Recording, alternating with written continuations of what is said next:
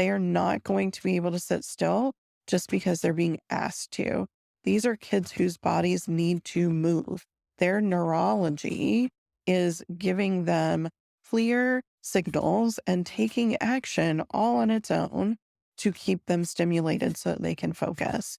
And so, really, what you have to do here for kids who need a lot of movement is give them movement.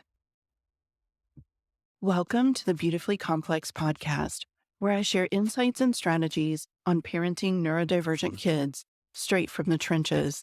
I'm your host, Penny Williams. I'm a parenting coach, author, and mindset mama, honored to guide you on the journey of raising your atypical kid. Let's get started. Hello, everyone. Welcome back to Beautifully Complex. I am here to talk to you today about some behavior challenges that happen at school. And these are 5 common challenges that I hear from parents a lot, that I've experienced myself with my own kid, things that tend to come up a lot for neurodivergent kids. So those students who have ADHD, autism, anxiety, learning disabilities, these are some pretty common sort of complaints, honestly, from school and from teachers. We get calls home, notes home about these things that are happening. And often that's because teachers and educators just don't know what to do about them or why they're happening. And so, as parents and other caring adults in the lives of our kids, we have to help people first to understand what's happening with our kids. And then, second, with some strategies and tools that might help to transform some of this behavior. So let's just jump right in.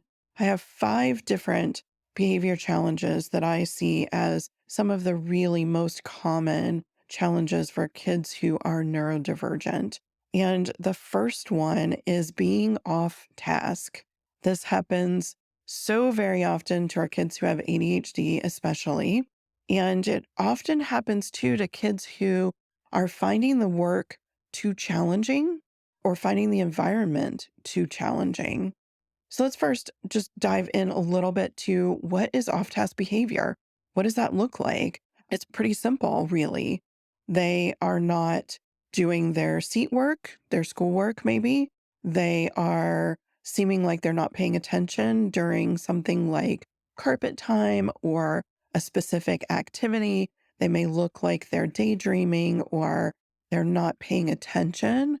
And often kids who look like they're not paying attention are actually paying attention. I'll just throw that in there. Kids who are doodling, kids who are not looking at what is happening are often paying attention and taking it and processing. And that's what they need to be able to do that. Not everyone needs to be looking at who's speaking or what is happening in order to be on task, in order to be paying attention and processing and learning. So that really off task behavior can come from being distractible. So maybe they are daydreaming, maybe they are paying attention to something that's happening out the window or a noise that they hear or a visual distraction. Sometimes it's avoidant behavior due to executive functioning challenges or learning disabilities. If a worksheet is too difficult or the task, maybe the essay is too difficult, then I might avoid doing it. I might avoid getting started because I know it's going to be hard for me. The other ways that we see kids really sort of struggle to get their work done, and it looks like avoidance, but it's actually really that they're having trouble with getting started. And this is an executive functioning task, getting started with something. Many of our kids who are neurodivergent have trouble with knowing how to get started or being able to sort of make that transition into something new. So, what do we do when we are getting a lot of feedback or complaint from school that our kids are off task? First, we really have to drill down to exactly the reason for that off task behavior. And this is true for every single one of these common behavior challenges that I'm going to talk you through in this episode. We always have to get to the root of the issue for each individual because it's very different. My kid might be distractible because he has ADHD and his mind goes down a million paths at once and he's just thinking about something else. Your kid might be distractible because there's a really obnoxious sound in the background and they can't focus on anything else. Or, another person's kid might be distractible because it's really not even distractibility. They're just having a hard time with focusing and getting started or getting something completed. So it's really important that first we understand what is going on under the surface. Why is this behavior happening? And then we need to map out just some ideas of what might help that student in those situations. So let's say that an environment is distractible to a student. Can we have them go work on their task in the library? Can we give them a quiet corner in the classroom where they are away from the group? Could they even sit outside and do their work? Maybe the whole class goes outside to do their work sometimes on nice days. Is there another teacher who might have a free period during that time where they can just go sit in the corner in that teacher's classroom where it's quiet and they don't have to sit in the corner? And I shouldn't say in the corner, but I just mean like a quiet little place off to the side where they can focus. So, what are some quiet areas, some calm areas in the school building where this student can work and not feel like they're being punished or sent away? Be very careful in the ways that you frame that with them, but give them the opportunity to have an environment where they can succeed. If they're having trouble getting started, sit down with them one on one, even just for 2 or 3 minutes to help them get over that hump of getting started. Help them with the first problem or question on that worksheet. Help them with brainstorming what they want to include in their essay. Help them brainstorm what topic they want to choose if that's where they need to get started. And also notice if the student is having challenges around one particular subject or one particular learning task. So if they're constantly having challenges with writing, but they're not necessarily with math or with reading, is it time to maybe recommend an evaluation for some writing disabilities or just some extra help in that area? That's a possibility too. So I've given you a lot of different ideas for starting to work on off task behavior. The second behavior I want to talk to you about is disruption. What a lot of times we hear is disruptive behavior. Your child is being disruptive in the classroom, your child is being disruptive in the hallway.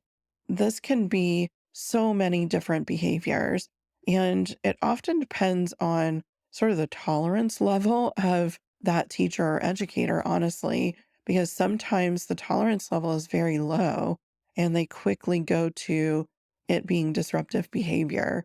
Whereas other times, a teacher's really trying to work with a child. They understand that they're neurodivergent, that they have differences, that maybe they need to move more, and their tolerance level is higher. And so they're not really going to call it disruptive until it's reached some sort of extreme level or a higher level.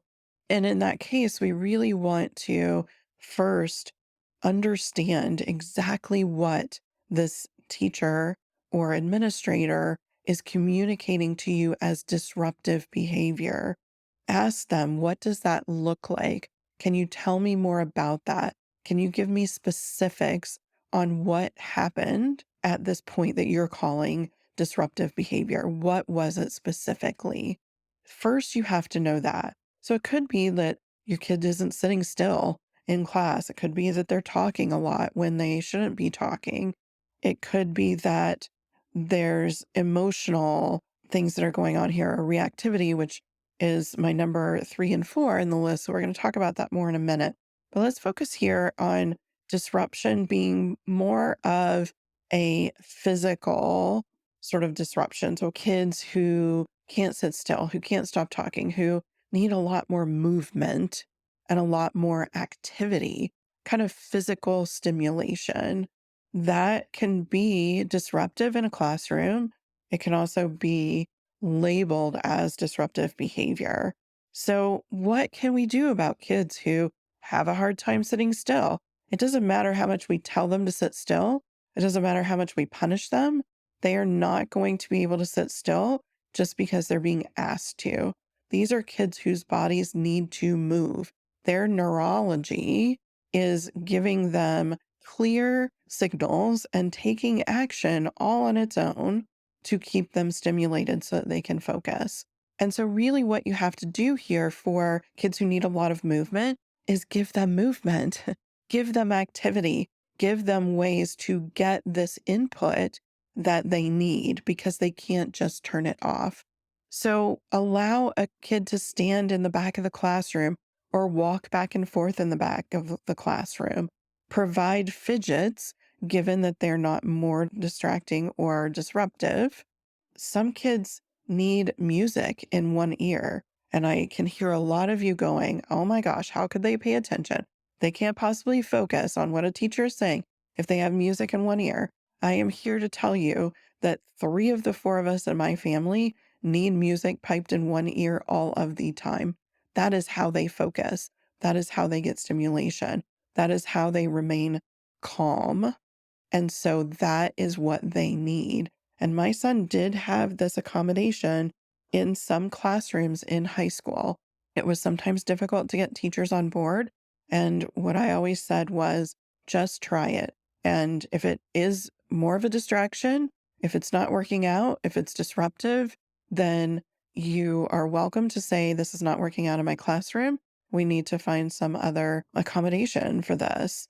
Just encourage people to try something because just because it would be a distraction for you, it doesn't mean it's actually a distraction for another person. For me, it would be a monumental distraction. I would not hear or process one word that anyone else said to me. I would only hear and process the music.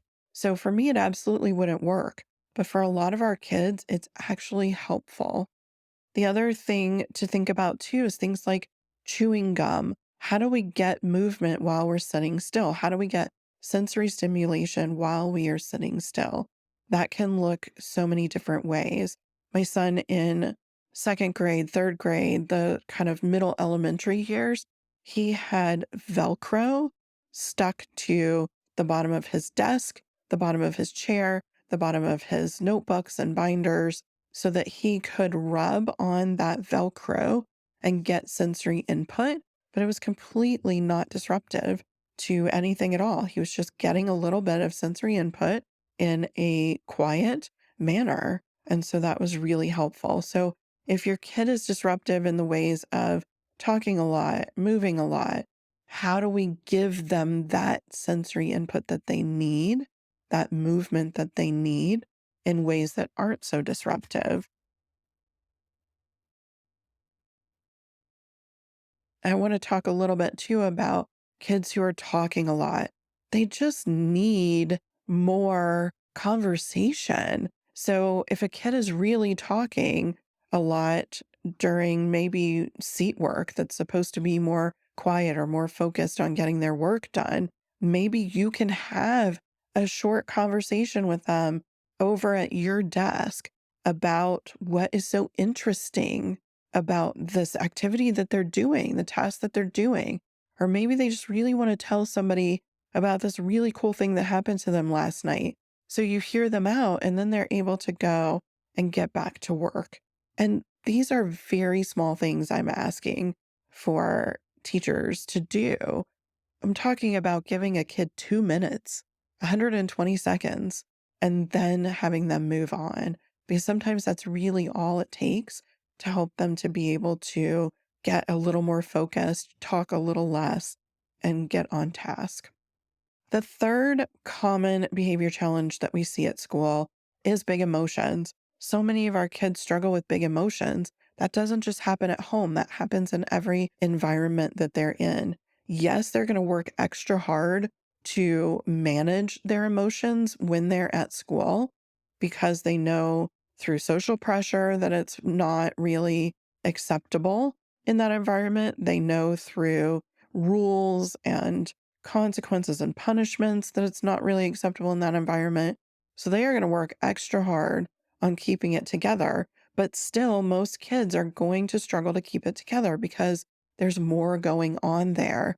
Again, if it was a matter of just saying, manage your emotions and your child can magically manage their emotions, this wouldn't be a behavior challenge at all, right?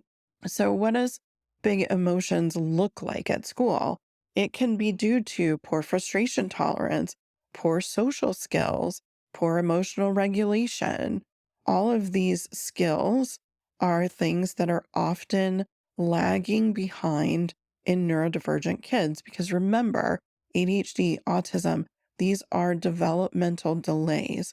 So if we're talking about a fifth grader, what we're talking about as far as development, as far as emotional and self regulation, as far as social skills and other skills, we're looking at a kid who's really maybe second or third grade in a lot of those areas. And so in second or third grade, you're dealing with more big emotions than you might be in fifth grade, or you're having more of a reaction or more trouble managing those big emotions than you would, say, as a fifth grader who's at a fifth grade developmental level, which is around age 10. So, what can we do to help kids who have big emotions at school? We can work on those lagging skills. We can work on helping them to build frustration tolerance. And that goes for at home and at school. We can build that skill in all kinds of environments, and that will help kids in all areas, right? So if we're working on building frustration tolerance at home, that's going to help with frustration tolerance at school and vice versa. Often big emotions also come into play when social skills are a problem or social interactions are a problem. A lot of our kids have trouble with reading other kids, with taking turns, with that social reciprocity.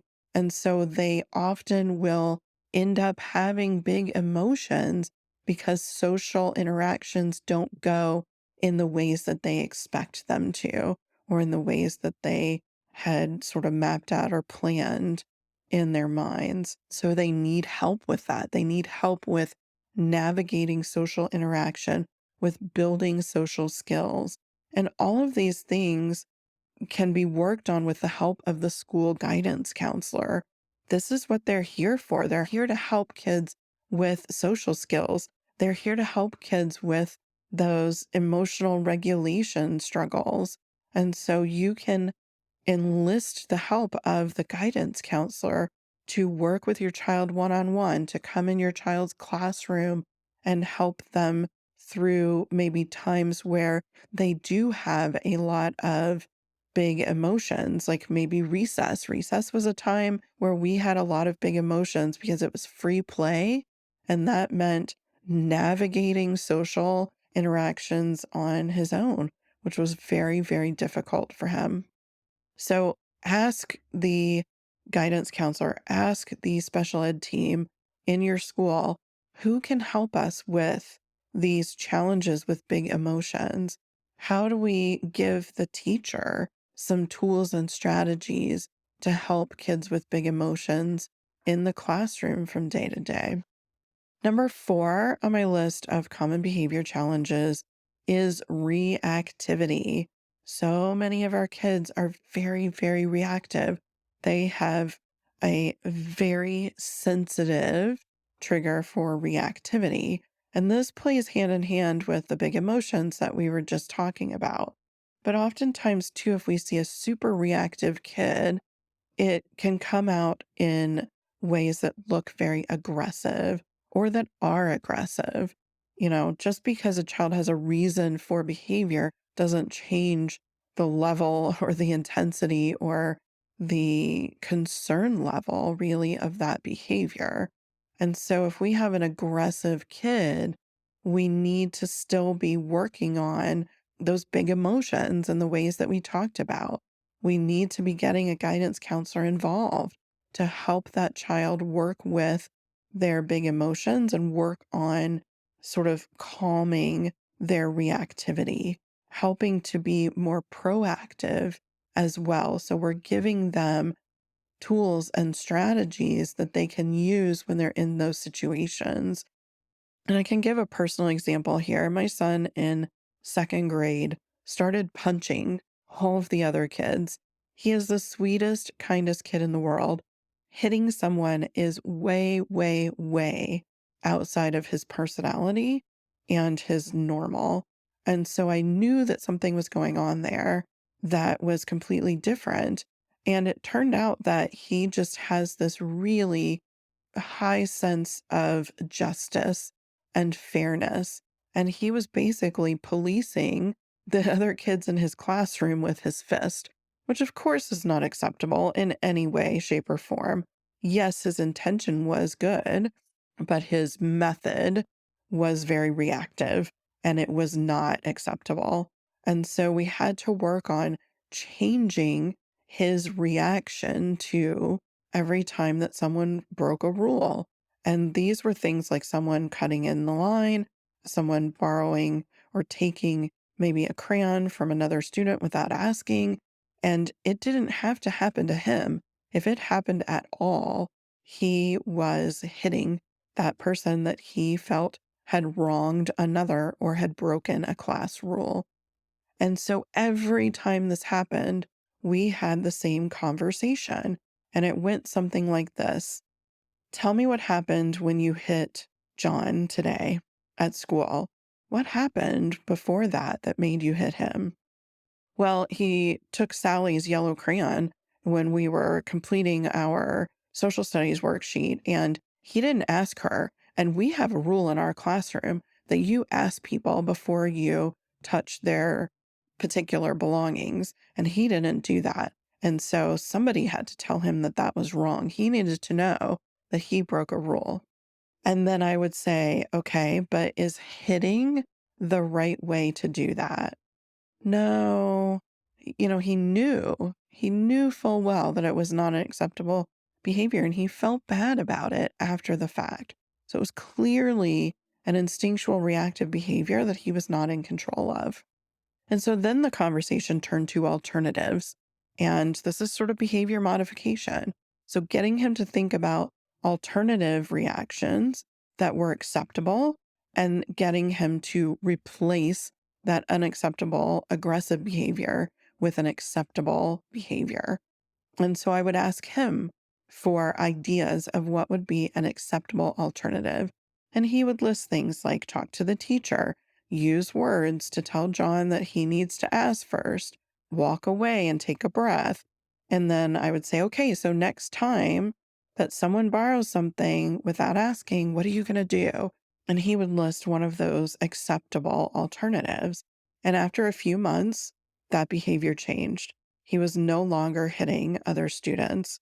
He just turned 21 yesterday as I'm recording this, and he has never hit someone since. One time he did, and he was being punched in the head. It was provoked, and he was trying to defend himself, but he's never, ever hit another person. He is not an aggressive kid. It was clearly reactivity and not being able to stop and think. It was very impulsive and not really knowing how to manage that in better ways.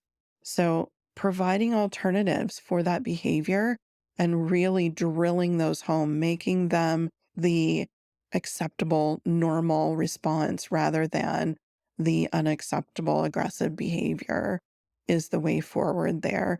But again, as I said at the very beginning, we also have to look at the root cause for that individual child.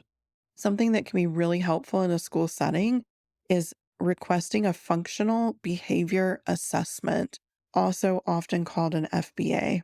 And that is a process where the school will bring in a behavior specialist and they will look at each behavior that's happening and they will look at the function for the child of that behavior and they will identify strategies to try to address that behavior, to change that behavior. And this is something that is really, really helpful when you have a kid who's aggressive because we do need to change that behavior. The other students need to be safe and your child needs to be removed if they are causing harm to other kids. And so we really want to focus on addressing reactive behavior and helping kids to change that behavior to something more positive and helpful.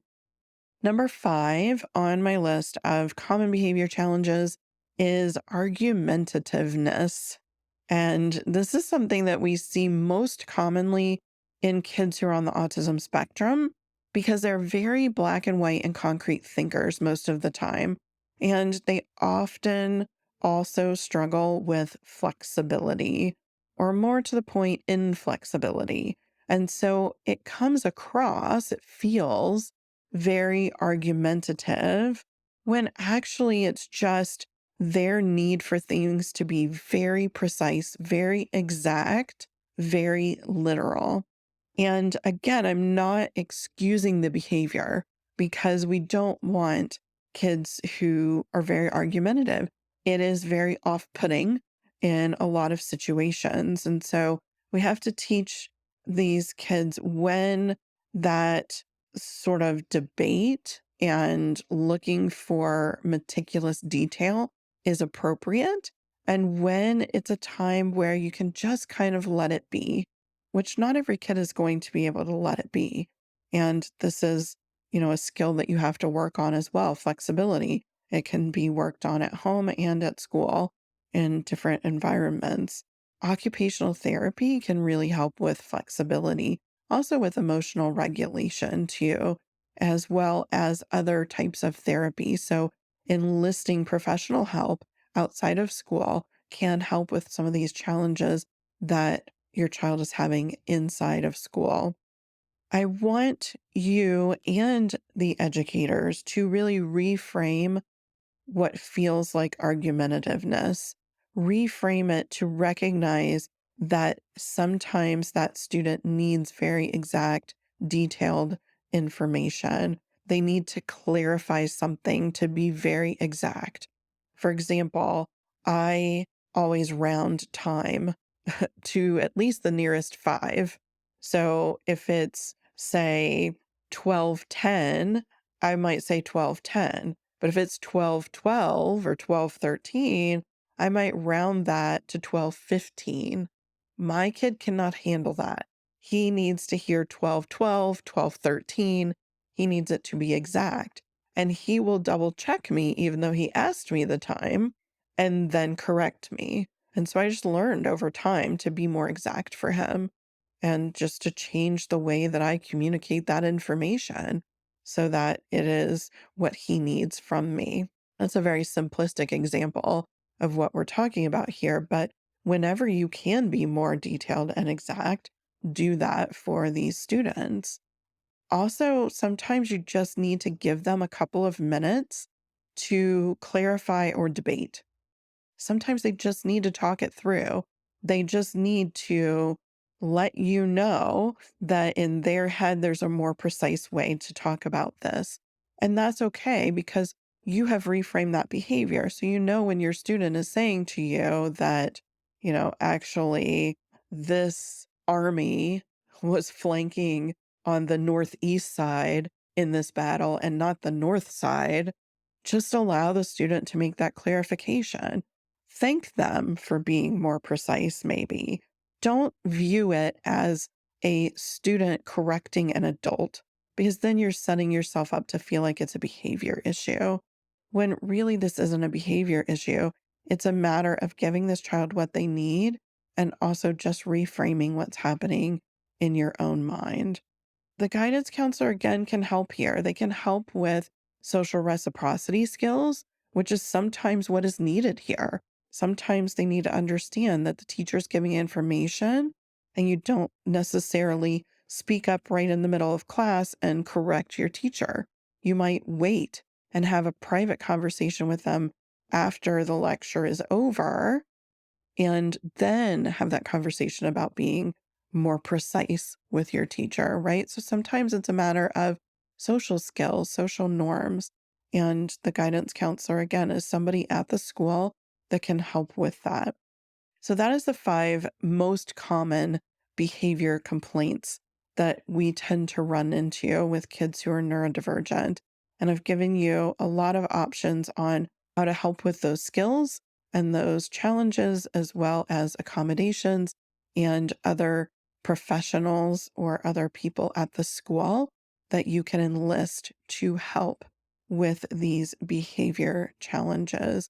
I want to just again quickly reiterate, reinforce the fact that every kid is individual and you do need to drill down to exactly why these behaviors are happening for that specific child and what they need in order to have a different response, reaction, behavior in these different situations. For the show notes for this episode, go to parentingadhdandautism.com/239 for episode 239. I will have some reference material there for some of the things that I've talked about here for you that you can reference in diving deeper on this content and helping your kid and helping the educators that are working with them to help them to transform some of the challenging behavior that they're having at school. And I will see everyone in the next episode. Take good care.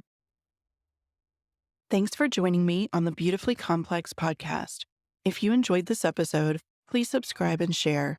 And don't forget to check out my online courses and parent coaching at parentingadhdandautism.com and at thebehaviorrevolution.com.